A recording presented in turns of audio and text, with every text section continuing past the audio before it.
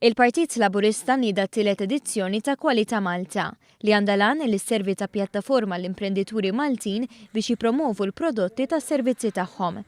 Waqt it-Tnediet ta' din il-fira, deputat mexxi għall-affarijiet tal-Partit Laburista Chris Cardona qal li l-Gvern u l-Partit Laburista huma konxi bil-kompetizzjoni li jsib il-prodott Malti. Iżda permezz ta' din il-fira qed jagħti spinta lil prodott lokali.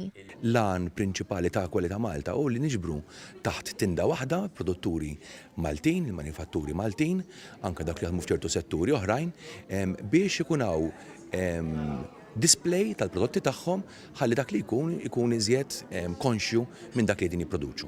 Segretarja tal-Eżekuttiv Lidja Bela qalet li l-edizzjonijiet passati huma xhieda ta' kif l-edizzjoni ta' din is-sena għandha terġa' tkun waħda suċċess. Din hija fiera kbira illi tinvolvi l-ħidma ta' numru ta' volontira illi ġienu l-Partit Laburista, tinvolvi wkoll tim organizzattiv tal-partit, lill-medja tal-partit li l-kol jingħaqdu flimkien bħala Maltin biex jippromovu prodott Malti. One News tkellem ma' numru ta' sebituri li ħadu sehem f'din il-fiera fil-passat, fosthom mad-direttur ta' Idroplast li qalet li din il-fiera hija opportunità għal prodott lokali. Kwalità Malta hija opportunità għal prodott lokali.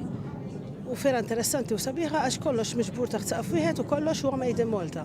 Minnaħa tiegħu Adrian Mittil, koordinatur tal-Paviljun tal-Moda, qal li din il-fiera sservi ta' vetrina għas-settur tal-moda f'pajjiżna. Huwa ta' onur u fl-istess ħin tajjeb ukoll għaliex bniedem għandu il-vetrina tiegħu u s-settur tal-moda jingħata l-importanza tiegħu li llum il-ġurnata s-settur lokali ħanidlek tal-moda qiegħed jiġi apprezzat daqskemm huma il-brands barranin u ovvjament huwa settur li dejjem qiegħed jikber. Din is-sena Kwalità Malta se tittella bejn is-sittax u t-tmintax ta' Novembru fl-MFCC ta' Qali.